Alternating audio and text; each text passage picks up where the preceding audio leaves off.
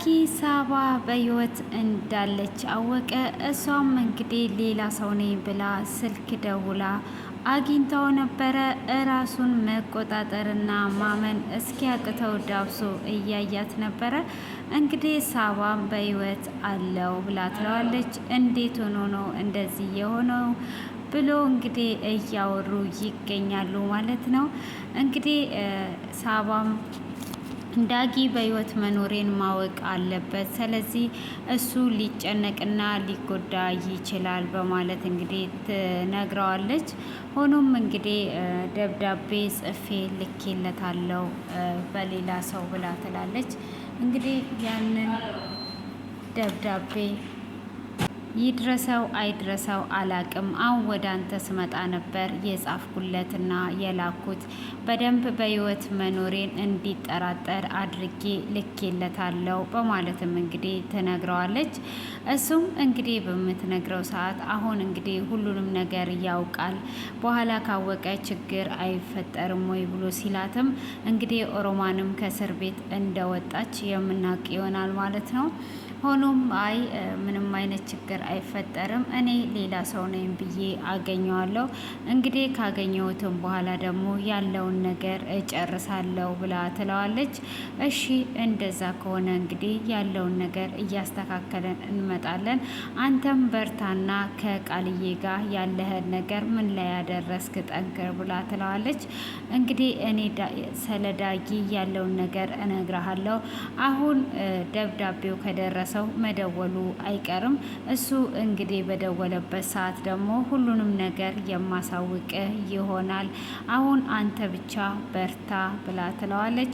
እሱም እንግዲህ እሺ በማለትም ይላል። አሁን ካዲያ ሄጄ አውርቼው እመጣለሁ በማለት እሱን ልታወራው ትሄዳለች ማለት ነው። እንግዲህ እሱን ልታወራው በሄደችበትም ዳጊም እሱን ልታወራው ስትሄድ ዳጊም ገጠመኝ ይደውልላታል። እንግዲህ ዳጊም ከደወለ በኋላ ማንሽ አንቺ እውነት ስለ ሳባ የምታውቂው ምን አይነት ነገር አለ? ሳባስ ምንድናት? ሳባስ ማናት ብሎ ይላታል። ሳባ እንዴት ስለሷ ልታውቂ ቻልሽ? በማለትም ሲጠይቅ ጊዜ አይ እኔ ስለ ሳባ የማውቀው ነገር አለ ብላ ትለዋለች። ዳጊም እንግዲህ የምታውቂ ከሆነ እንገናኝ ብሎ ይቀጥራታል። ዳጊም መንገድ ላይ ሆኖ እየጠበቃት ነበረ።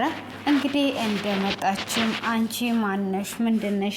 አንቺ ነሽ ወይ ስልክ የደወልሽው ብሎ ሲጠይቃት አዎ እኔ ነኝ ስልክ የደወልኩት፣ ሳባ በህይወት አለች ብላ ትለዋለች። ሳባ በህይወት መኖሯን ምን ያህል እርግጠኛ ሆንሽ? ሳባንስ እንዴት ነው የምታውቂያት? አንቺስ ማነሽ ብሎ ሲላት እውነት አንቺ ሊና ነሽ ወይስ ማነሽ ብሎ ሲላትም ሳባ በህይወት አለች ነው ያልኩ ብላ ትለዋለች። እሱም ሳባ በህይወት ካለች ደስ ይለኛል፣ ሳባ እውነት በህይወት አለች ብላ ትለዋለች። አዎ በህይወት አለች በማለትም እንግዲህ ይናገረዋል። እንግዲህ ይህንን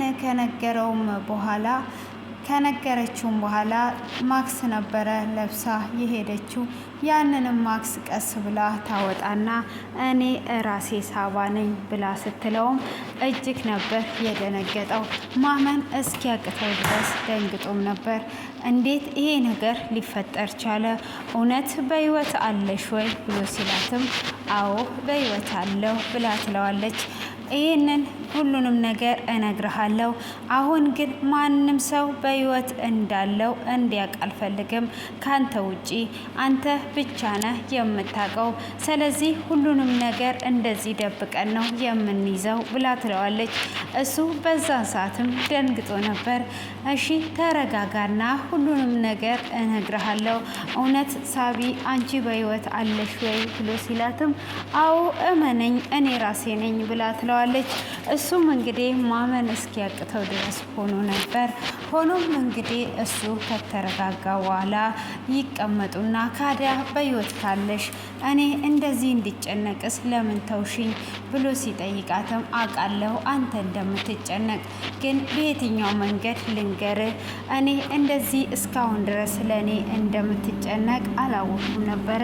ሆኖም እንግዲህ እኔ ሁሉንም ነገር እያንዳንዳቸውን እጃቸውን ልሰጥ ስለፈለኩኝ ነው እንጂ እኔ በሕይወት አለው ብላ ትለዋለች። እውነት ሳባ በሕይወት መኖርሽ እጅግ ገርሞኛል ብሎ እንግዲህ እያያት ይገኛል ማለት ነው። ከጠበቀችው በላይ እንደውም በፍቅር አይን እያያት ነበረ። እንግዲህ ዳግም አሁን ላይ እጅግም ቢገረም ቢደነቅም ወደ ሳባ ሊመለስ ይመስለኛል። እንግዲህ ያለውን ነገር እያወሩ ነበረ። ሆኖም ያለውን ነገር ንገሪኝ፣ ይሄ ነገር እንዴት ተፈጠረ? ምንስ ቢሆን ነው ይሄ ነገር የተፈጠረው ብሎ ሲጠይቃትም እሷም እንግዲህ ይሄ ነገር የተፈጠረበት ምክንያት ሌላ ጊዜ ነው የምነግርህ፣ እንደዚሁ በድጋሜ እንገናኛለን በማለት ትለዋለች። እሱም አይ ለእኔ አሁኑኑ እንድትነግሪኝ እፈልጋለሁ ብሎ ሲላትም አሁን አልነግርም፣ ምነው ዳጊ እኔን ድጋሜ ማግኘት አትፈልግም ወይ ብላ ትለዋለች። እንዴት ነው ድጋሜ አንቺን ማግኘት የማልፈልገው? እፈልጋለሁ እንጂ ብሎ ሲላትም ካዲያ እኔን ድጋሜ ማግኘት እኮ የምትፈልግ ከሆነ ለምንድን ነው ካዲያ የምታስጨንቀኝ? እኔ ሌላ ቀን እነግርሃለሁ ብላ ትለዋለች። እንግዲህ ሳባም ሌላ ጊዜ ልትነግረው እንዴት እንዳልሞተች ሁሉንም ነገር እንድትነግርና ቃል ያስገባችው ደግሞ እኛ በድብቅ እንገናኛለን፣ እኔ ግን በሕይወት መኖሬን ማንም ሰው እንዲሰማ አልፈልግም ብላ ትለዋለች። እሱም እንግዲህ በድንጋጤም አሁንም እየደጋገመ እውነት አንቺ በሕይወት መኖርሽን ማንም አያውቅም ብሎ ሲላትም አዎ እንዲያውቅ አልፈልግም፣ ሁሉም በሰዓቱና በቀኑ ነው የሚሆነው፣ ስለዚህ አንተ ብቻ ለማንም እንዳትናገር በማለት ትለዋለች። እሱም እንግዲህ እሺ ብሎ ይላታል ማለት ነው። ቃል ገብቶላት እንግዲህ አሁን እኔ መሄድ አለብኝ በማለትም ትናገረዋለች። እሱም እሺ በቃ በማለት እንግዲህ ካላትም በኋላ ጎንበስ ብላ ጉንጮቹን ትስማለች። እሱም በጣም ይደነግጣል ማለት ነው። ምን ነው ስለናፈከኝ ነው የሳምኩ ብላ ስትለው እሱም እንግዲህ ስለሳምቹ ደስ ስላለው መሰለኝ የደነገጠውና ደንግጦና ተደናብሮ ይመስለኛል። እና አረ ችግር የለውም ብሎ ይላታል። ሳባም እንግዲህ በቃ እደውልልህና በድብቅ እንገናኛለን ብላ ያው በድብቅ ለመገናኝ ወስነውና አቅደው ይለያያሉ ማለት ነው። እንግዲህ ቃልዬ ደግሞ ከልጇ ጋራ ቁጭ በማለት ልጇ እንደምናቃት ያው ሁሉንም ነገር አዋቂ ናት ገና ሳታድግ ማለት ነው። እና ሳሚ መጥቶ ነበረ። ሳሚ በጣም ጥሩ ሰው ነው ብላ ትላታለች። እንዴ ሳሚ ጥሩ ሰው እንደሆነ ደግሞ እንዴት አወቅሽ ወይ የኔ ወሬኛ ብላ ትላታለች። እንዴ እማዬ እኔ ወሬ አበዛው እንዴ ብላ ስትላት አይ ይሄን ሁሉንም ነገር ለሰው አታውሪ ብላ ትላታለች። ለኔ ሳይሆን ለሌላ ሰው እንዳትናገሪ እና ለምንድን ነው ሳሚ ጥሩ ሰው ነው ያልሽኝ ብላ ስትላትም ሳሚ ጎበዝ ነሽ አለኝ ብላ ትላታለች። በቃ ለዚችው ነው ጥሩ ሰው ነው ያልሽው ብላ ስትላትም አይ ለዚችው አይደለም፣ ትምህርት ቤት ደግሞ አሁን ኃላፊ ሆኗል፣ ከናደር ነው እንጠፋብኝ ሆኗል ብላ ትላታለች። ከዛም በኋላ እንግዲህ አስጨበጨበልኝ፣ እሷ በጣም ጎበዝ ልጅ ናት በማለት ሁሉንም አስጨብጭቦልኛል ብላ ትላታለች። ምን ዘንድሮ ሶስተኛ ነው የወጣሽው? ምን ላምናው ነው ያስጨበጨበልሽ ብላ ስትላትም እሷ ሴት ልጅ ናት፣ እሷ ጎበዝ ናት፣ እንደሷ ጎበዝ ሁኑ ብሎ አስጨብጭቦልኛል ብላ ስትላትም ለዚህ ነው እሺ በቃ ወይ ዘንድሮ የማንሰማው ጉድ የለም እና አንቺ ሴት ልጅ ስለሆንሽ መጨብጨብ አለበት እያለቻት እንግዲህ ከልጇ ጋር እየሳቀችና እየተጨዋወተች ትገኛለች። ሆኖም እንግዲህ ሳሚ ለኔ ይደውልላታል። እሱም እንግዲህ ደውሎላት የኔ ፍቅር ናፍቀሽኛል ይላታል። እሷም ናፍቄሃለሁ ብላ ትለዋለች። እንግዲህ እንገናኛለን እያለችው እያወራችው አሁን ከጎንሽ አልጋ ላይ እየፈለግሽኝ ነው አይደለ ብላ ትላለች። አንተ የተረገምክ እንዴት አወክ ብላ ትለዋለች መሰለኝ። እንደዛ ነው ያለችው። ከዛን አይ አውቃለሁ ዞር ዞር እያልሽ እያየሽኝ ነው፣ እኔም ዞር ዞር እያልኩ እያየሽ ነው፣ ናፍቀሽኛል ብሎ እንግዲህ እዛ የሆነ ሱቅ ላይ ቆሞ ነበረ ማለት ነው። ከዛን እንግዲህ እያወሩ ገደም ብለሽ አይደል ያለሽው ብሎ ይላታል። እንግዲህ ቃልዬ ደግሞ ወሬ በጣም ትወዳለችና መስኮቱ ማን ነው በር ስር ሆና እያዳመጠች ነበረ። እሷ ደግሞ ማንም እያዳመጠኝ የለም ብላ በሩን ከፍቷ ማለት ነው። ከዛን እያወራች ነበረ። ታዲያ እንዴት ልተኛ እንዴት ልጋደም እያለች እንግዲህ በቀኝ በግራ ይሻላል እያለች እያወራች ነበረ። ቃልዬ ይሄንን ሁሉ እየሰማች እየሳቀችባት ነበረ ማለት ነው። ከዛን እሷም የሆነ ሾኮክ የሚል ድምጽ ስትሰማ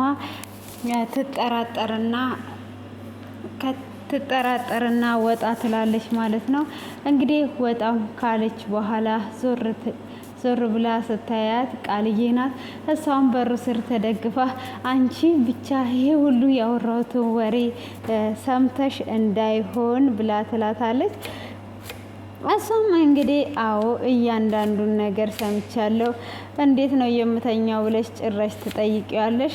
በኋላ ደግሞ አልጋ እንዴት ነው ማነጥፈው ብለሽም ጠይቂዋ። ድስትም እንዴት ነው መጥደው፣ ሽንት ቤትም እንዴት ነው የሚሄደው እያልሽ ብላ ትላታለች። ወይኔ ጉዴ ወይኔ ጉዴ ሁሉንም ነገር ነው የሰማሽው እያለቻት እንግዲህ እየሳቁ ሁለቱ እንግዲህ እንደምናውቃቸው ፒስ ናቸው ማለት ነው። እየሳቁና እየተጨዋወቱ ነበረ ማለት ነው። አይ በቃ በጣም አሪፍ ነው፣ ቀጥይበት፣ ትችይበታለች ትላታለች።